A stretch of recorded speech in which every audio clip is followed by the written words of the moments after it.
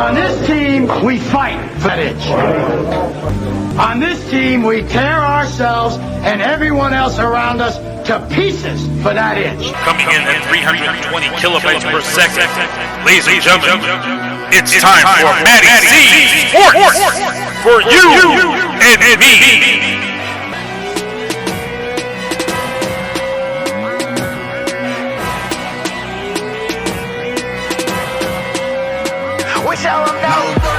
When it comes to getting dough and chasing dollars.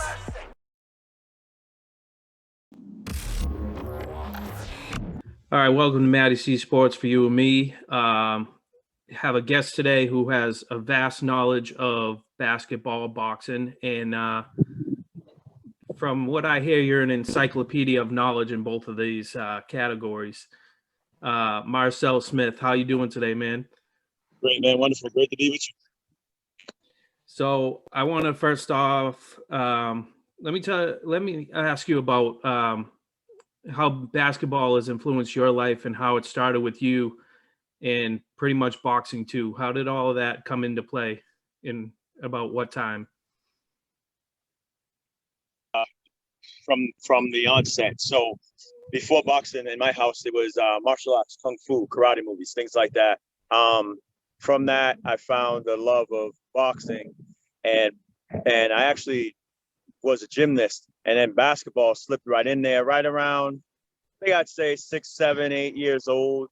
The first championship I remember is 84 Celtics. But as far as myself, I grew up in Roxbury, Massachusetts, and Marcel Street, and the neighborhood was rough.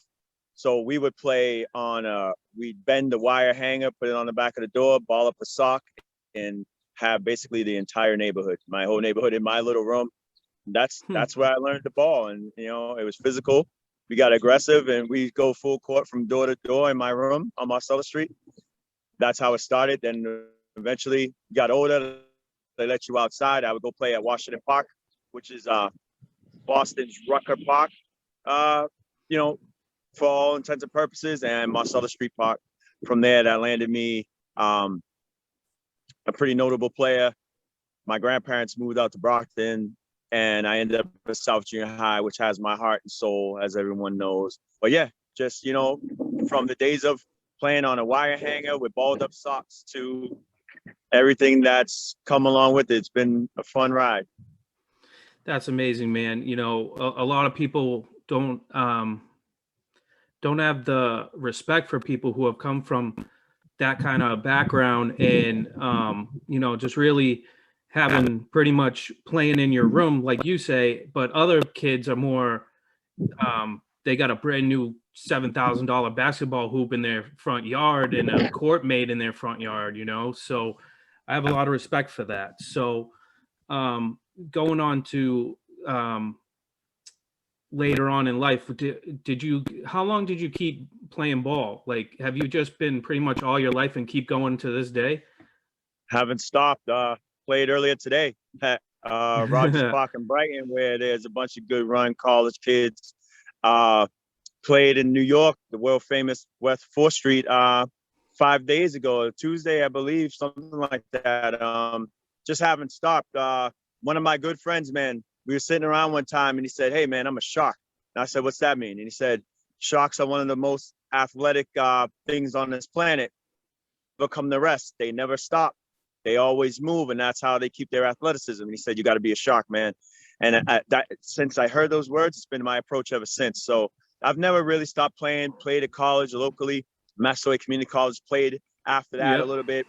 Played for what they would call pro team, but it was more like a semi-pro team down in Rhode Island, the former Rhode Island Gulls. And I think now Providence has a team, but in between that, they were sponsored by Texas Instruments, which is the calculator company. And The all calculators, that. yeah. Yep. Played for those. Shout out Bob Cloutier. He used to write my checks when I played. And as I told you off, when we spoke yesterday, I played a couple episodes of Ball Up, which formerly was N1. that was fun, those experiences. But as far as played in men's leagues everywhere, never really stopped playing. Never gonna stop.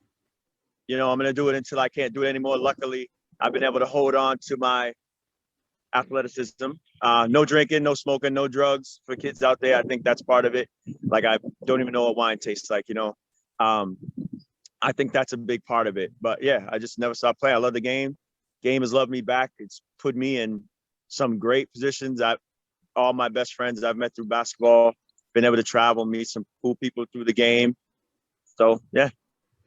That's awesome. And the big thing is that, it's a big factor in, not drinking, not smoking, not doing all that stuff. It's going to make you have you more agility and you're going to have more run time on the court. Cause you do all that stuff. Like, I'm sure, stories of players who have had trouble, and recently Delonte West had a little bit of a problem with his mental health stuff and drugs and stuff like that.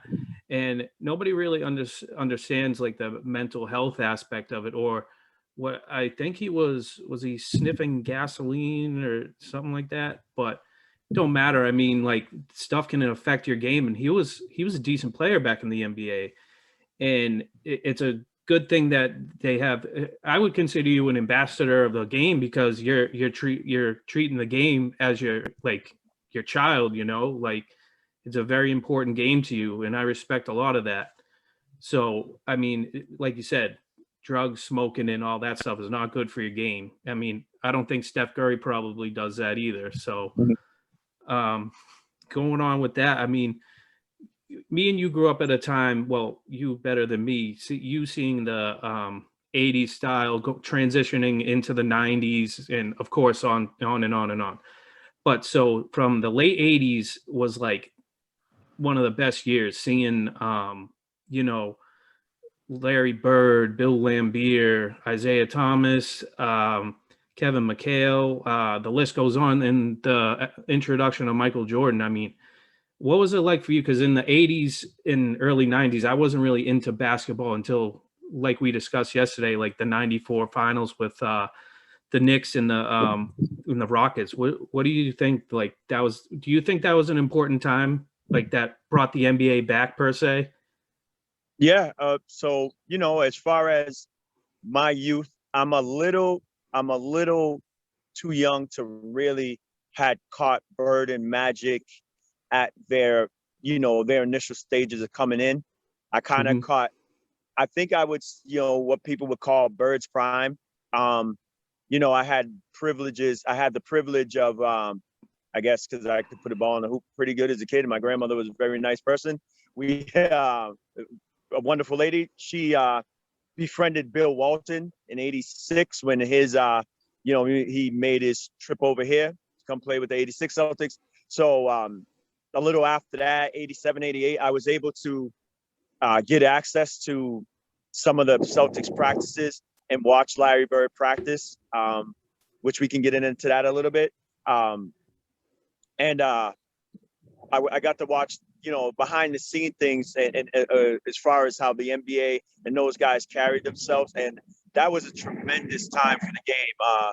It put an imprint on my game as far as, how I wanted to carry myself, my approach, work ethic, things like that. And those times are just great. I mean, my grandmother she only knew basketball because of me, because she loved her grandson. But she picked Dennis Johnson, Isaiah Thomas, and Dennis Rodman as her three favorite players, because those guys they embodied how you should play the game. You know what I mean? They all played hard. They played physical. Zeke was, a showman, but at the same time, he had that Chicago toughness in him. And just that entire NBA, it's very tough. Like I tell people all the time, how we view Golden State a few years back, the Milwaukee Bucks of the 80s were that team, and they couldn't sniff the NBA Finals, because you just had the Celtics, you had the Lakers, you had the Atlanta Hawks that time, you had even the Bulls with Jordan in the beginning of stages were tough. Milwaukee was a super team and couldn't sniff the NBA Finals because it was just that competitive. Completely different time. Yeah, absolutely. It is a completely different time. And I remember having a Golden State Warriors jersey with Kevin Richardson on it. And that was about the time, was it Kevin Richardson, right? He started like in mid Jason 2000s. Jason Richardson. Jason Richardson, excuse me. Yeah. So I remember having his jersey, and that was like the time when Golden State still wasn't getting there. But it's like now they're just one of those teams that everybody knows and loves. And you didn't really see people going to Oakland and filling the seats. And now all of a sudden they're a major team in the thing. It's like Michael Jordan going to the Amway Center in Chicago. Like you couldn't get a ticket to go see Michael Jordan, or you would go to another Correct. or you would go to another arena. Like I just love everything about that era of basketball, because it was a rivalry every night.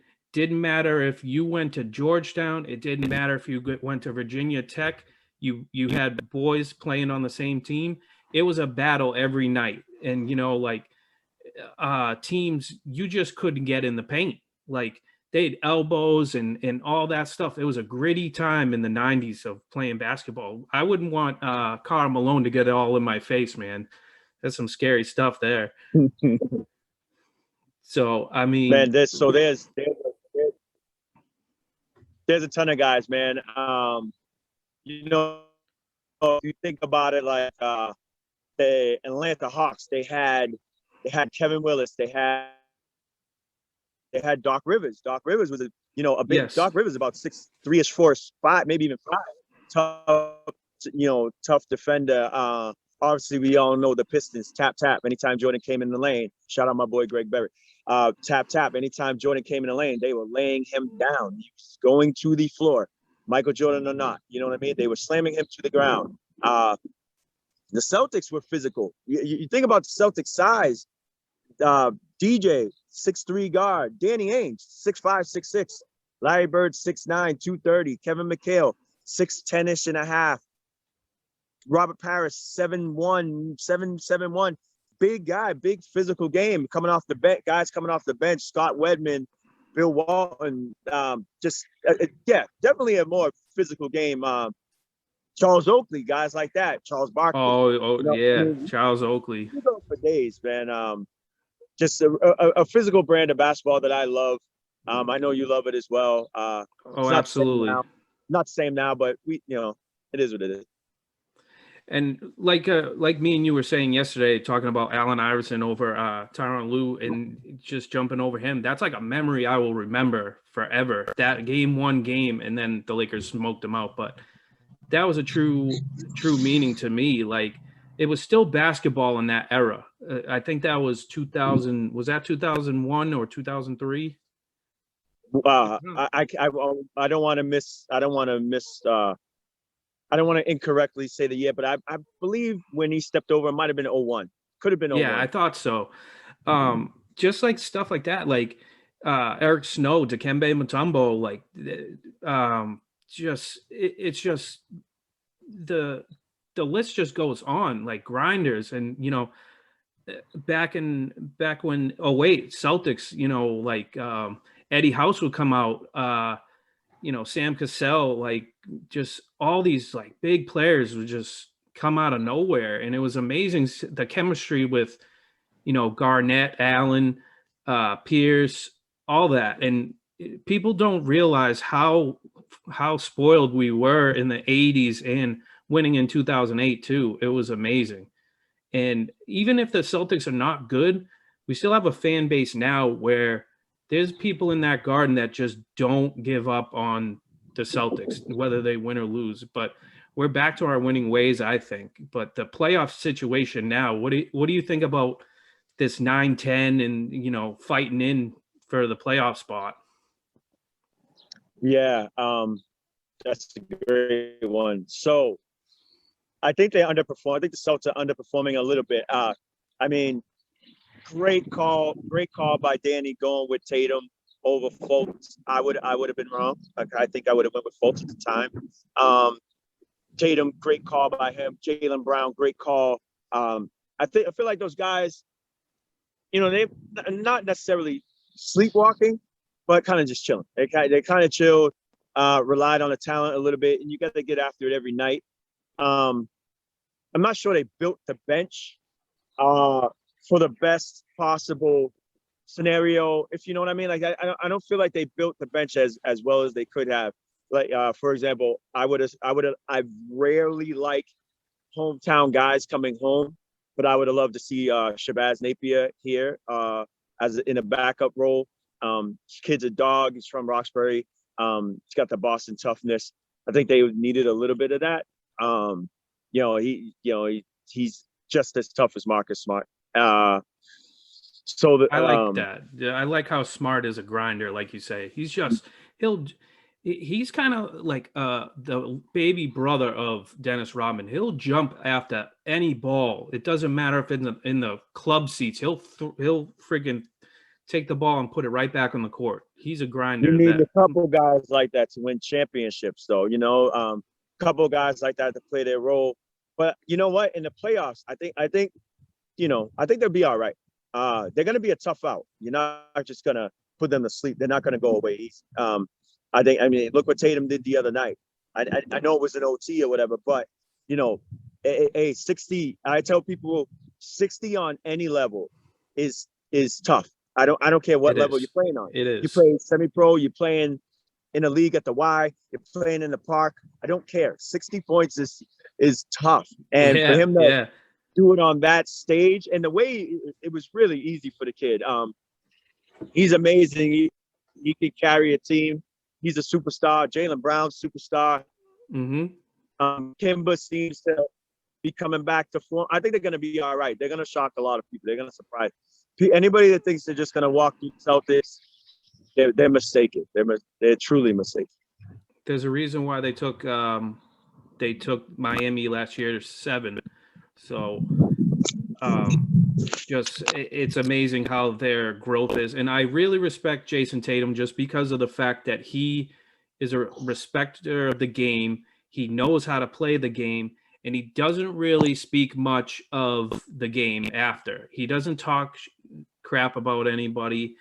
And, I respected going off to another player like Kevin Durant. Like he's been big time. I have nothing but respect for him back in the day. But once he went to Golden State, he started to, raise his tone a little and stop being, the quiet guy. He started talking, and I'm like, where'd this come from? I was surprised at that. And a lot of players are starting. All in all, right? Durant is a Washington, D.C., Baltimore area guy, man. So I'm as skinny as he is, I'm sure he's got a little toughness in him. So that Baltimore, D.C. area was going to come out eventually. I don't blame him. I don't blame him at all.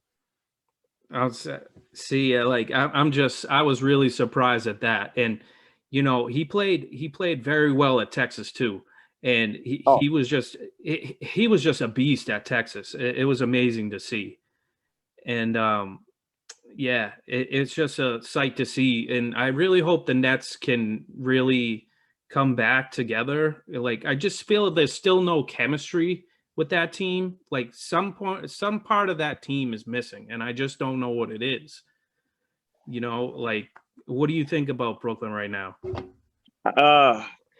What's the saying? Too many Chiefs, not enough Indians, maybe. You know what I mean? Yeah. And there's only really one basketball out there. I think Harden still may lead the NBA in assists. At this point, he's 1 or 2, right? But the guy wants to jack 400 shots a game. That's what he really wants to do. So he's playing this role, which is cute, and that's fine. But we know what James wants to do. He wants to shoot the ball, doesn't want to defend much, no interest in playing defense. And he wants to be the show. And Kyrie's ball dominant. Durant needs the ball in his hand to, be effective. So it could be a little bit of that. But like I said, that's another thing. They're going to be a tough out as well. They're not just going to lay down. They'll get it figured out. And a lot of these guys, when they get to certain parts in their or get to a certain level in their career, a certain time frame, they know what it takes in the playoffs. So they might just sleepwalk a little bit till they get to the playoffs and then turn it up and do what they got to do. They're not going to just lose in the first round or something like that. You know what I mean? Yeah. So the big question is, who do you think is the team not to mess with in the East, in the West? What teams are you favoring that you think are just a dangerous team right now to be in the playoffs? Pains me to say Brooklyn. Pains me, that pain. It hurts. But Brooklyn and possibly the Celtics. Possibly the Celtics. And that's not a hometown thing because I don't get into that. I'm a Patriots guy more than anything. But and in the West, one of the teams in LA, man. Either one, you choose, you pick. Lakers, Clippers, either one. I literally have to say, I would have to go with Kawhi, man. He's just on a whole nother level. I think he's a big part of that team, and I think he's going to excel. I honestly think that the Lakers don't have an easy run. I remember last year, I mean, like Denver was giving people a hard time. You know, you never know in the playoffs. The playoffs are a whole nother realm. And like you said, the Celtics, I think, got a big one. And I also think Brooklyn's got a chance. So that's what I think in this playoffs. And I don't know. I just think that that's going to be the battle teams, the danger teams, I say. And now I have the big question for you, Marcel, is are you sick of the LeBron James, Michael Jordan comparison? Okay, so I don't think there's a comparison at all. So in my estimation, Michael Jordan is the greatest basketball player I ever saw. I don't think there's a close second, although I will tell you that I think Larry Bird is number 2. So sick of it. At one point, maybe I don't entertain it anymore. I don't think I don't think it's a fair comparison at all. Michael Jordan is just, it's just an incredible level. If okay, so nightly on a given basis, in one point in Jordan's career, he would face, and I'm going to run off some names. He'd face, well, just the Celtics alone when he was a kid in '86. And Ainge should go in the Hall of Fame. So that's the five starters in the Hall. Danny Ainge is a Hall of Fame basketball player to me. But absolutely. So you got Ainge, McHale, Parrish, Bird. I understand these guys didn't defend him, but Dennis Johnson, he played against Rodman, Dumars, Isaiah, Magic, Worthy, Dominique.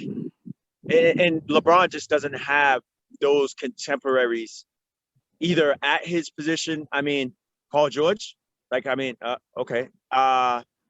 Who else covers Swaggy Pete? Like who covers LeBron on a nightly basis? Now, some people may say that's because LeBron's so great. And I think LeBron would be good in that era, but I've seen LeBron James play basketball before. It's Charles Barkley. It's just the same thing. It's the same thing. And I love Charles. Don't get me wrong. He's one of my favorite players. But Charles isn't Michael Jordan, and LeBron is not Michael Jordan either. I don't think it's a fair comparison. And I don't think you ever see this comparison or you ever hear it made by people who actually saw Michael Jordan back in the day. If you saw Michael Jordan, you wouldn't make this comparison. That's true. That is absolutely true. That is a great point. And the names you ran off that was just the beginning. There was another stage of Michael Jordan after that. 93 to 98. Besides his off time playing baseball, like I was talking about earlier, Karl Malone, John Stockton, the Charlotte Hornets. We could go on and on. I mean, he had a tough time with a lot of teams, and he would just say, people will call him out and say, "Oh, well, I ran this many points around you." He'd say, the next game, like he would drop 45 like it was nothing. He's like, oh yeah, like let's go. So he would just go off. And that's what I loved about his game. And he was describing in his documentary, I won't give everything away in there, but in his quick thing, he said, I was mad about who was it that got the MVP before him? Karl Malone. I don't think it was Karl Malone. I think it was before that. But anyways, Charles Barkley. It was either Barkley or Malone. I think it was Malone. So he was pissed about that. He said, I took offense to that, and I didn't care about who in the East was in the playoffs. I was going to take all of them out until I saw Karl Malone and just took it to the house and just beat them down. And, the flu game, like there's so many moments that like you said, if you didn't see Michael Jordan for real, then you had no clue his greatness. And it was amazing to see him all the time. And they would always be on NBC or, popular channels. So you could see Michael Jordan anytime you want. Yes. So, I mean, what a competitor. So I'll run a story we talked about yesterday. So as I mentioned, going back with the access to the Celtics practices, I, on one occasion, saw Larry Bird practice so we had this thing, my grandmother and I, we would go to the practices, and we noticed Bird was always the first person there, and usually the last person to leave. But at the beginning, we noticed he was the first person there. So it became a thing of us. Let's try to get to Hellenic College. At the time, it was at Hellenic before Bird does. So we went one day 2 hours early. Larry Bird was already there. He had beaten us there. He was running. He was just running like the bleachers or the track, or maybe both, right? And he ran for about 2 hours. It seemed like this man never came to rest. Then the rest of his teammates got there. They had Celtics practice, 90-minute practice, 2-hour practice. He went up and down at 100%. Practice was over. Everybody left. Larry Bird stayed, and I think it was maybe Ainge rebounded for him for about another 2 hours. And Bird just got shots up. I watched that man practice for 6 hours, and that was routine. But I say that to say this. People say Jordan had that same work ethic. And Larry Bird, Magic, they were saying Jordan was better than them before he even got to the NBA. If you go on YouTube, you can find there's a couple All-Star games. I think it's like USA versus NBA, something like that. You can find this on YouTube. Michael Jordan's not in the league yet. It's right shortly after the draft. There's a team of young college kids going on tour playing against NBA kids, and Michael Jordan is the most dominant player on the floor. And it's not like the NBA teams are watered down. They have Jordan.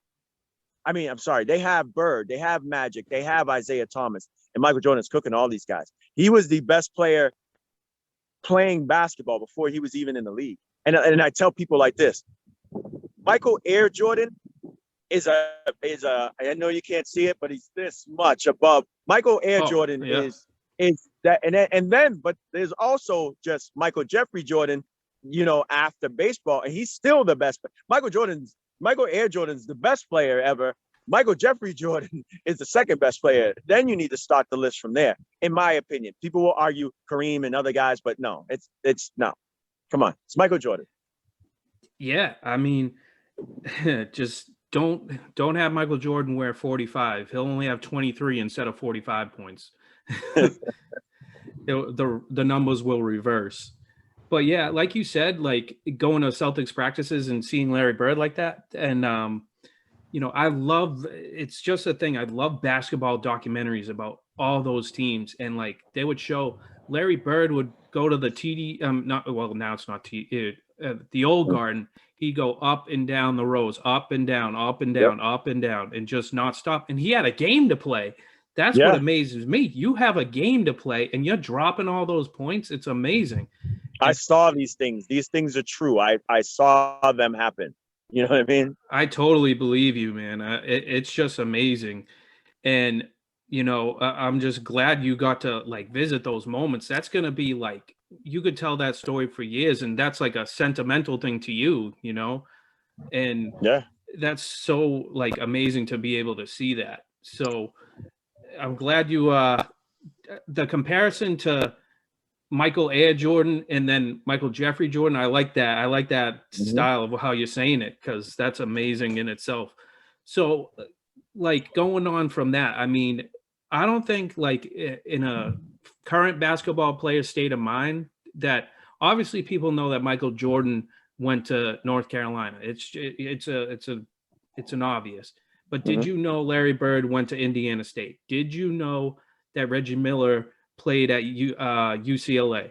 Did you know that Magic Johnson played at Michigan State? Nobody really, like, if you know about that, you know about that. And I wish that kids that play basketball have education on such legends like this. Or Bill Russell, you know, he went to University of San Francisco. Yeah. San Francisco. So Yep. yeah, and it was cool because I believe it was in Monroe, Louisiana, that when I went down there, I think I told you about that too. They have a place down there that they were showing his old, I think it was his old high school basketball jersey down there, and they had it framed and everything, and like, just he's well known everywhere. And he said it was racist down there. Then he goes to the NBA and it's racist down there, up here in Boston. Like, do you think that the racism has gone down in the NBA? Because it seems like they're really pushing hard for this to stop. And I really appreciate the NBA really, you know, trying to stop the racism, not just in basketball, but other sports too. Well, racism is racism is a thing, you know. That's a whole nother podcast, right? Yeah, it is another podcast. As far as in the NBA, as far as in the NBA, they've made good efforts. They're doing a good job settling some of the differences. You know, for the most part, they jumped ahead of it. They were ahead of it more than other sports leagues.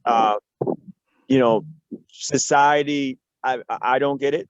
It's just something that confuses me. Racism, the color of someone's skin. And, you know, some of my best friends are, I mean, we got all different colors, right? Like, you know, growing up, the pack I ran with was the white kid, the Spanish kid, and me. You know, we had like the racial triangle, you know what I mean? I just, for one, never understood it, even as a kid growing up in Roxbury, where you're not going to encounter a white person, you know what I mean? But when you did, it just wasn't, you know, you didn't treat them any different. And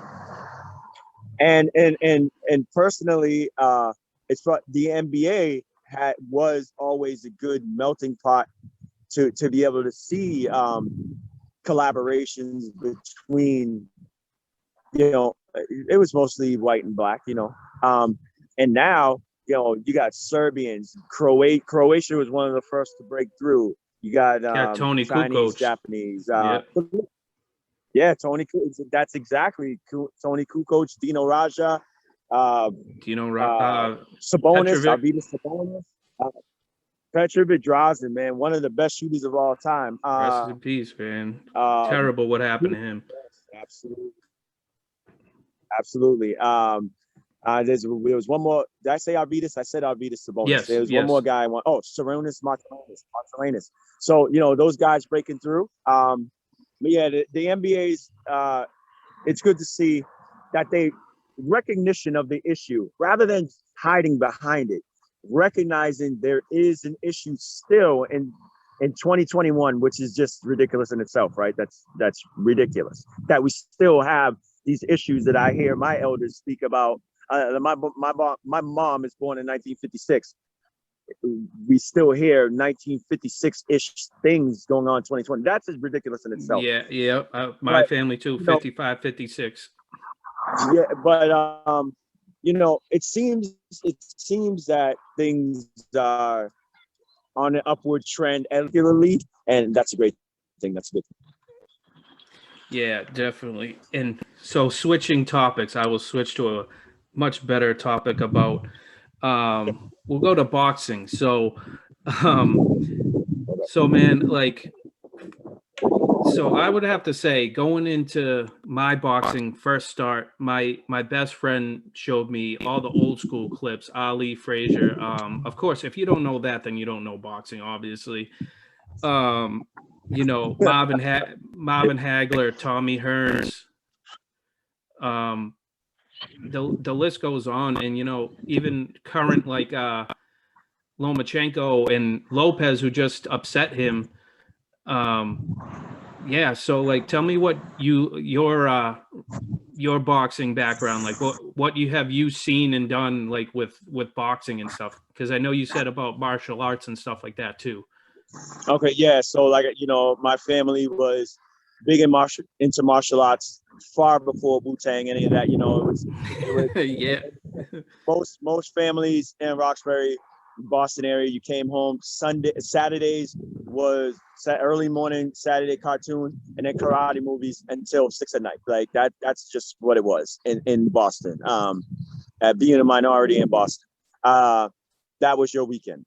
Through that, you know, I got into a little bit of boxing. I would watch all the same old school things that you said, but I really fell in love with Pernell Whitaker, who is to this day, rest in peace, my favorite all-time athlete, over Jordan, over Moss, over Brady. Just Pernell Whitaker.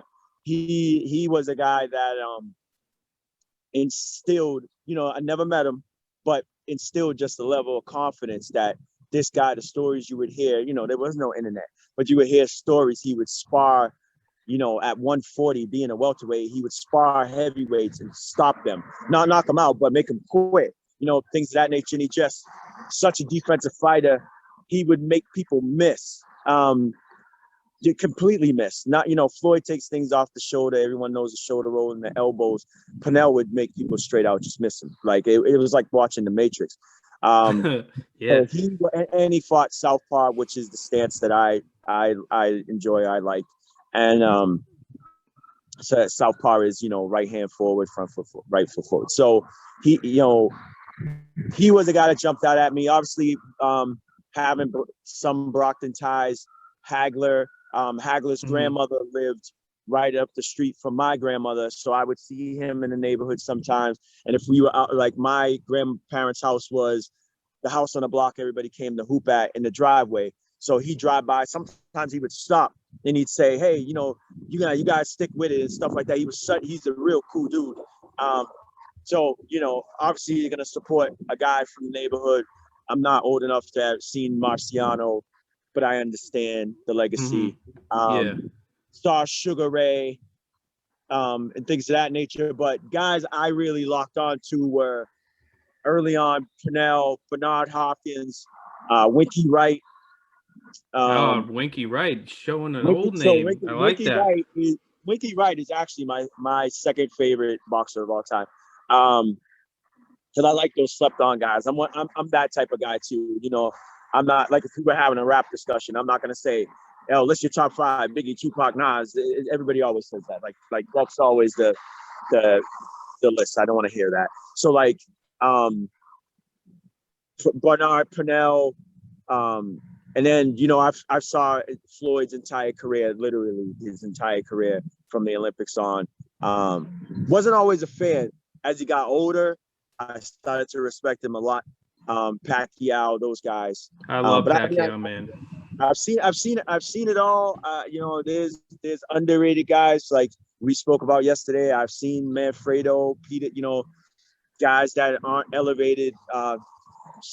Seen Peter Manfredo, Saki Obika, up to Teofimo. You know, I might go see Teofimo fight soon. I love the sport. Diego Corrales, that's a guy. Oh, yeah. I was able to get a picture with him before he passed. Rest in peace to him. See some incredible fights along the way. I just love the sport. I'm in and out of gyms all the time, man. It was just in the gym in Miami, not Fifth Street, where Ali used to train. I was there about 3 weeks ago. That's amazing. And I'll tell you, man, like you named off a lot of fighters, and, you know, I loved Arturo Gatti, not just for the, you know, the fighter movie that everybody knows, the fights he also fought. Antonio Margarito, like, he had battles. You know, Zab Judah, I always used to watch him, and he was about on the decline by the time I started watching him, and it was sad to see because he was a good fighter too. You know, like you said, everybody will say them. I gotta name someone really quick. Oh, go ahead. Costa Zoo. If because you named Zab, so Costa Zoo is in my personal top 10 all time. He's the first guy to beat Zab.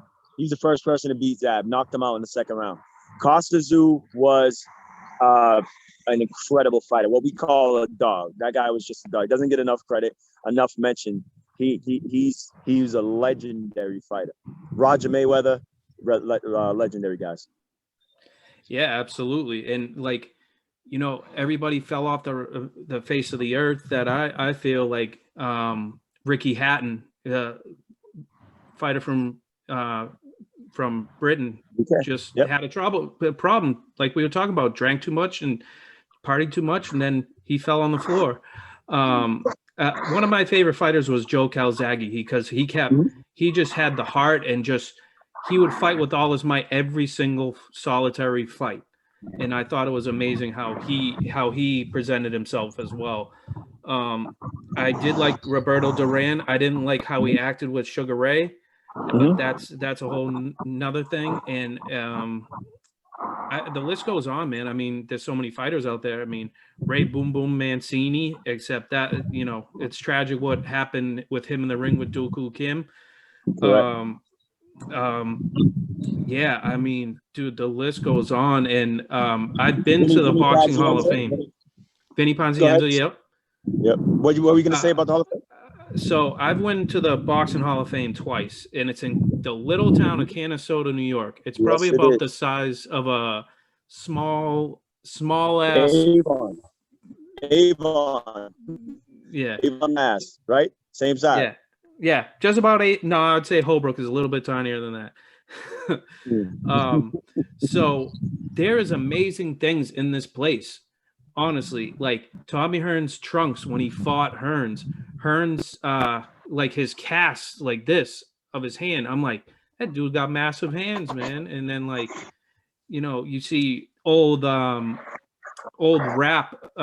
tape of Rocky Marciano, just all this amazing stuff. And Hagler's robe is in there. Like boxing history is in there, and they just I think they took it 2 or 3 years ago. They took the Madison Square Garden ring and brought it to Canastota, and it's in that big I would say warehouse right now. It's huge.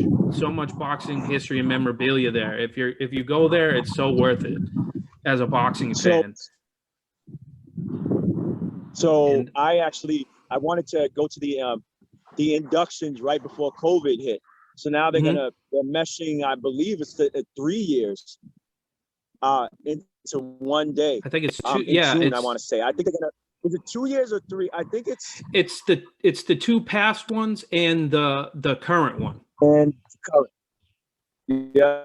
So Floyd, Andre Ward, those guys, and the year before that. Yeah. So yeah. But I have been to the Nevada Boxing Hall of Fame. Oh, really? Okay. Michelle Corrales, Diego's former wife. It's basically Michelle Floyd. So Michelle Corrales, Diego's ex-wife, widow, and basically Floyd and you know his family put the money people behind it. But I've been there, and that's a pretty cool place too. But I know Canastota, there's got to be nothing like that. Nothing like that. I haven't had a chance to make it up there yet. Nothing. And I actually went. It was me and my boy. We were going. It was actually my graduation day. They were like, "All right, hurry up. We got to get to Canastota." I'm like, "It's my graduation party." So we go up. So I leave my party and I go up there. It's the induction of Roberto Duran. And, you know, and it was crazy, dude. So we see Michael Buffer, as you know, like, let's get ready to rumble. Like that. And he said it, and then he said it in Spanish too. So it was like amazing. We got his autograph from my buddy. His father was a big Duran fan. So like there's so many like amazing things that happen at that little town for only a couple of days. So it's worth it to go to Canastota to see the big stuff, and you will see Mayweather like right in front of your face. I don't that'll be amazing in itself. I'm sure I'm sure you'll love it because it's amazing.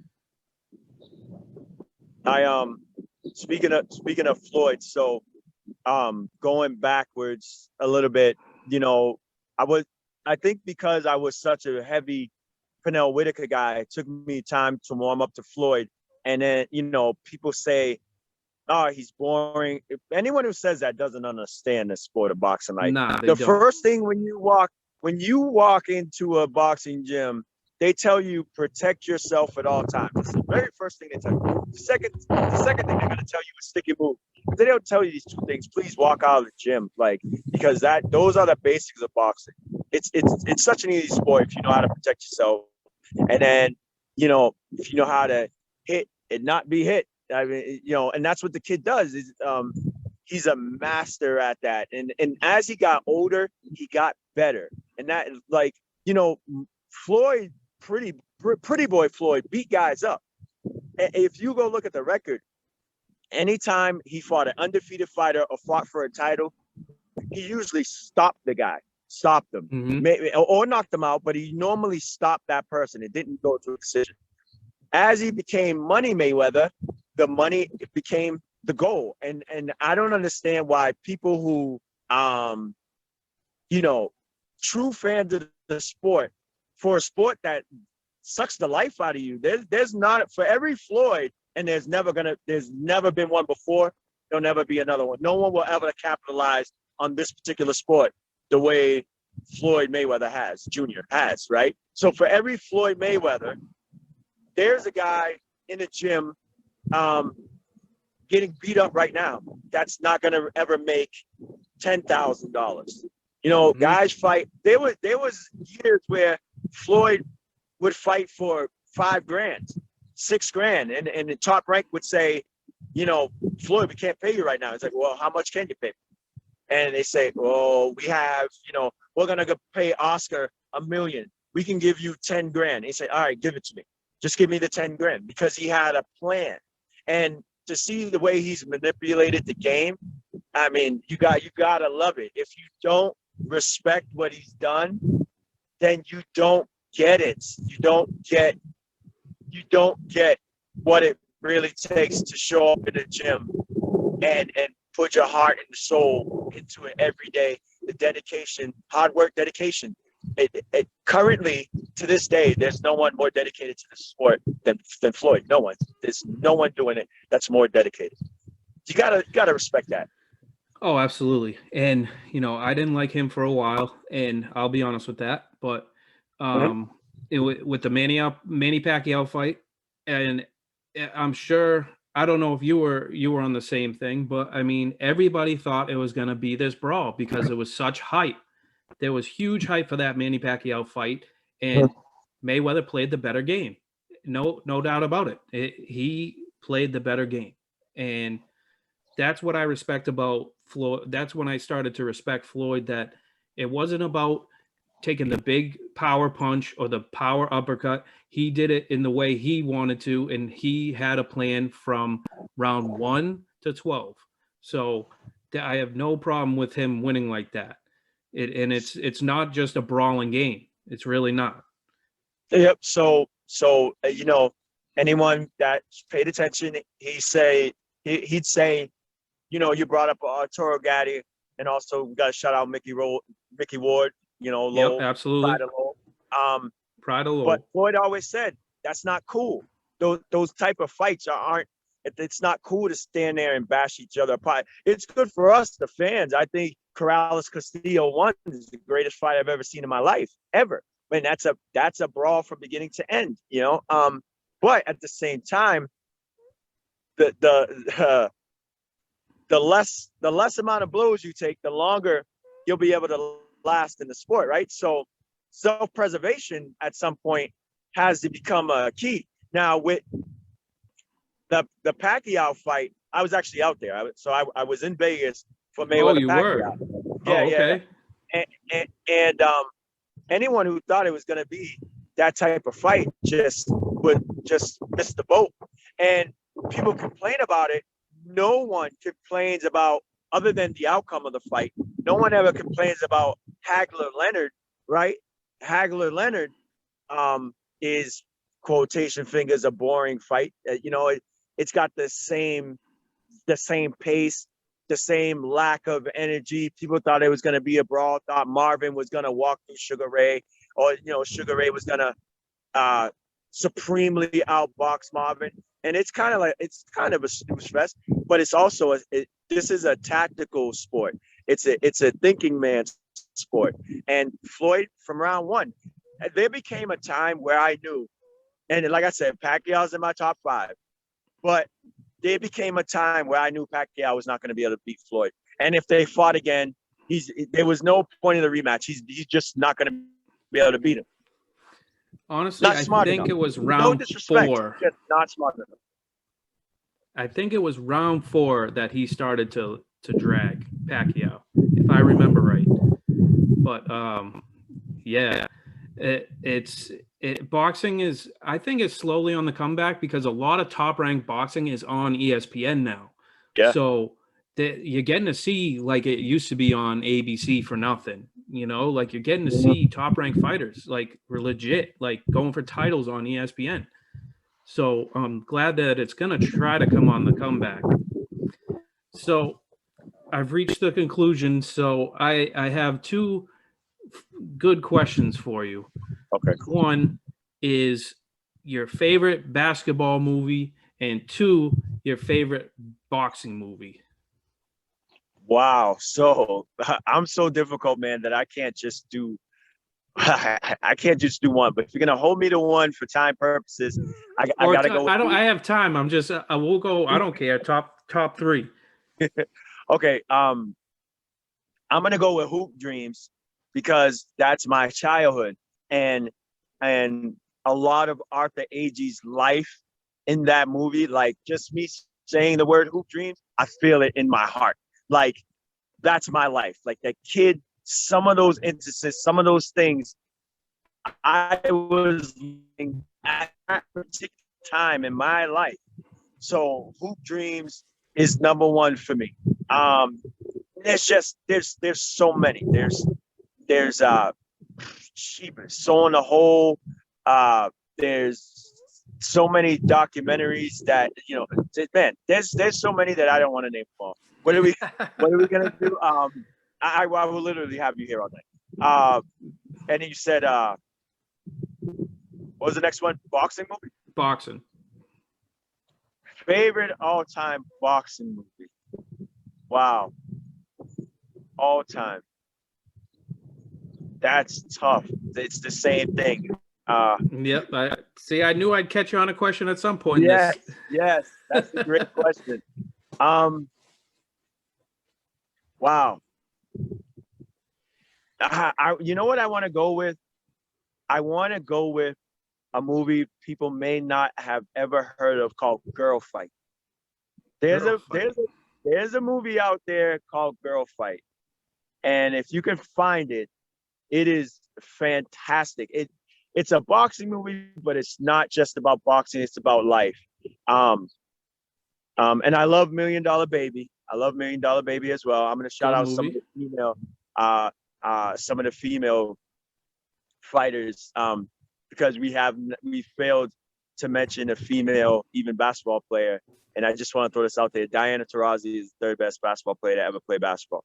So the list is Michael Jordan, Larry Bird, and Diana Taurasi. But so on the boxing front, I would say Girl Fight. If you guys can find that. And I love $1 Million Baby as well. I don't want to say Rocky and things like that because everyone says that. So I'm going with Girl Fight and $1 Million Baby. Okay. So obviously you'll say Rocky, and obviously you'll probably say Raging Bull, but yeah. I am impressed with Creed 1, the first one. Oh, yeah, good movie. I am impressed with that. I thought I was gonna not like it, and I did. And the second one, did live up to it, but it's not like, but people compare it to like you do Rocky. Rocky is obviously Rocky.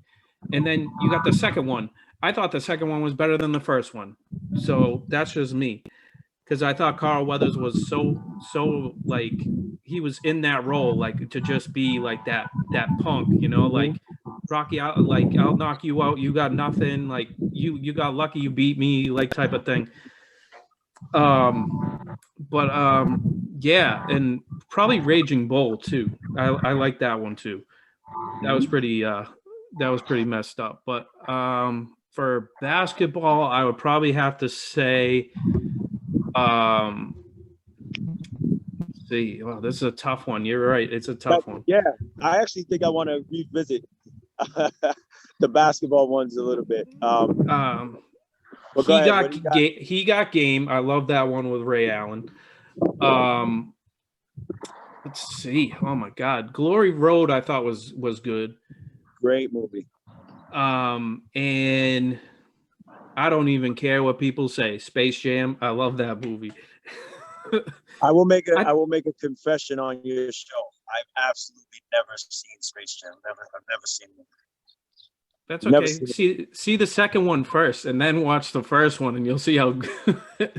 When you play this back and you see your face when I told you I never saw your face, was just like, wait, what? What did this man just say to me? Like, you gotta pause. Yeah, don't worry. I played it off. But yeah. Real quick, let's revisit basketball documentaries for people out there. The Street Stops Here, Hooked, about a guy named Demetrius Mitchell. Oh, those two right there. Please start with those two. Find Hooked and find The Street Stops Here about Coach Bob Hurley. Wonderful basketball documentaries. Bob Hurley is one of the best. One of the best. Yeah, he was such a legend in the college world, right, George? High school. That's his son, Bob Hurley. Bob Hurley Sr. is Bob Hurley Jr.'s son. But The Street Stops Here is about Dad. It's about Bob Hurley Sr. in St. Anthony's High School. Amazing documentary. Oh, okay. No, now I see the DVD in front of me. You know what I mean? I see the exact picture of it.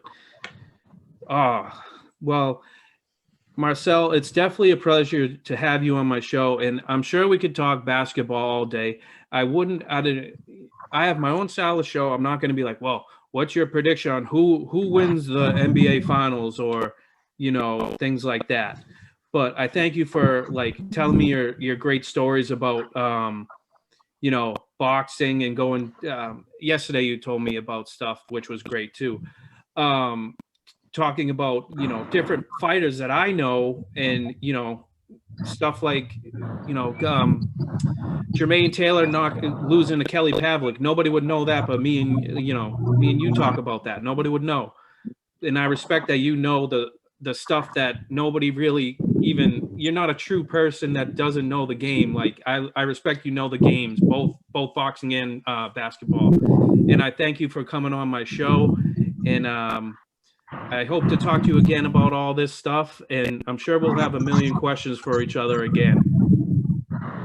Let's do it. I'm available. You know how to find me. I'm there. Absolutely. You call, I'm there. All right. Well, thank you for being on the show, and we'll talk to you again. Yes, sir. All right. Thanks for coming on. Yep. Have a good one, man. You too.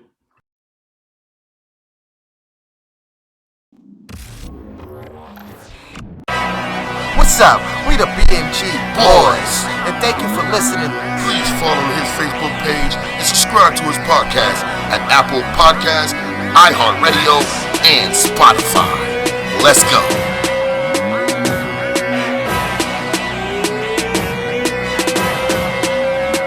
We tell them no. When it comes to